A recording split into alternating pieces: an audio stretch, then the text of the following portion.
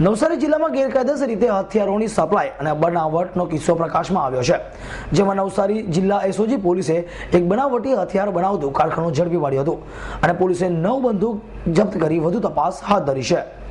નવસારી જિલ્લાના વાંસદા તાલુકાના ચારણવાડ ગામે રહેતા અમૃતભાઈ ગરાસિયા પરંપરાગત રીતે મિસ્ત્રી કામ અને પોતાના પિતા દ્વારા વાપરવામાં મળેલ બંદૂક બનાવવાની હુનર ધરાવતા હતા અને જરૂરિયાત મુજબ દેશી બનાવટની બંદૂક બનાવતા હતા. પોલીસને બાતમી મળી હતી કે બંદૂક બનાવવાનો કારોબાર કરે છે અને તેના આધારે પોલીસે ધરમાં તપાસ કરતા બંદૂક બનાવવાનું કારખાનું ઝડપી પાડ્યું છે. પોલીસે બંદૂક બનાવતા માટે વપરાતી તમામ સાધન સામગ્રી કબજે લીધી છે, જેમાં પોલીસને ઠાસણી બનાવટની 6 બંદૂક, 12 બોરની 1 તથા 3 બંદૂકના ટેટા મળી આવ્યા છે.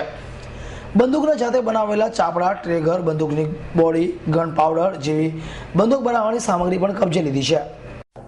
કે જે મઝલ લોડ બંદૂકો બનાવે છે અને રિપેર કરે છે અને એને ત્યાં આવા હથિયારોનો ઘણો જથ્થો મળી આવે એવી શક્યતા છે, જે આધારે તેઓએ 2 દિવસ સુધી એનો વર્કઆઉટ કરેલું અને ગઈકાલે અમૃતભાઈને ત્યાં રેડ કરતા કુલ 7 ગન, જે પૈકી 6 મઝલ લોડ છે અને એક 12 બોરની જે રાઇફલ છે એ મળી આવેલી છે.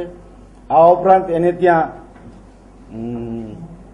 જે રાઇફલ બનાવવામાં જે ઉપયોગમાં લેવાતા બીજા સાધનો જેવા કે ગ્રિલિંગ મશીન, એક્શો મશીન અને જે બીબાઢાળ તરીકે જે બનાવવાનું, તે ઉકાળીને જે લોખંડ બનાવવાનું હોય અને જે એના હેમર ગાર્ડ વડે બનાવવાના હોય એવા બધા જે વેપન બનાવવાના બધા પણ ઇન્સ્ટ્રુમેન્ટ પણ મળી આવ્યા છે. આ ઉપરાંત મુખ્ય સૂત્રધાર અમૃત બંદૂક બનાવવા સાથે બંદૂકોના વેચાણ સાથે રિપેર કરવાનું કામ કરતો હતો. તમામ વસ્તુઓ જાતે જેમ બંદૂકની ફેક્ટરીમાં બનાવવામાં આવતી હોય છે તેમ દેશી બનાવટ તરીકે બનાવતો હતો. મિસ્ત્રી કામ સાથે ડિમાન્ડ પ્રમાણે બંદૂકો બનાવી આપતો હતો. પોલીસને પ્રાથમિક તપાસમાં જંગલના શિકાર કરવા માટે વપરાતો હોવાનું આરોપીએ જણાવ્યું છે.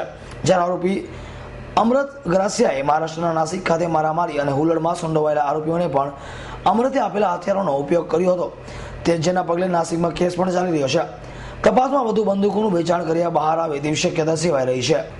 આ બનાવમાં પોલીસે અમૃત ગરાસિયા, મહેશ ગાવિત, રવજી કુકણા ધરપકડ કરી છે.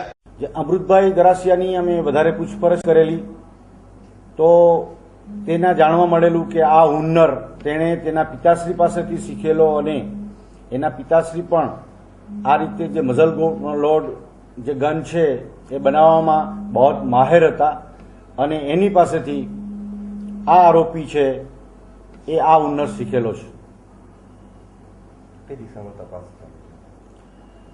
હાલ અત્યારે જે પ્રાઇમરી અમે એની પૂછપરછ કરી છે એમાં આટલી હકીકત મળેલી છે.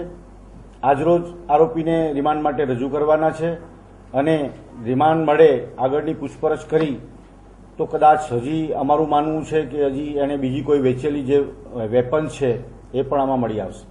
નવસારી જિલ્લાના 5 મહિનામાં 4 વખત ગેરકાયદેસર રીતે હથિયારો રાખવાના ગુના વિવિધ પોલીસ મથકે નોંધાઈ ચૂક્યા છે, જેમાં મધ્યપ્રદેશથી હથિયારો લાવીને વેચવાના 3 કિસ્સા નોંધાયા છે. ત્યારે હથિયારોના ગેરકાયદેસર રીતે વેપલા બાબતે પોલીસ સતર્ક થઈ રહી છે. હાલ પરંપરાગત રીતે બંદૂક બનાવવાના અને વેચવાના તથા રિપેર કરવાના ગુનામાં પકડાયેલ મુખ્ય આરોપીને આપેલા હથિયાર માત્ર શિકાર કરવા માટે વપરાતા હતા કે પછી અન્ય કોઈ અસામાજિક પ્રવૃત્તિમાં પણ ઇસમોને આપતો હતો કે તે દિશામાં પોલીસે તપાસ હાથ ધરી છે. જીગર નાયક, S9 ન્યૂઝ, નવસારી.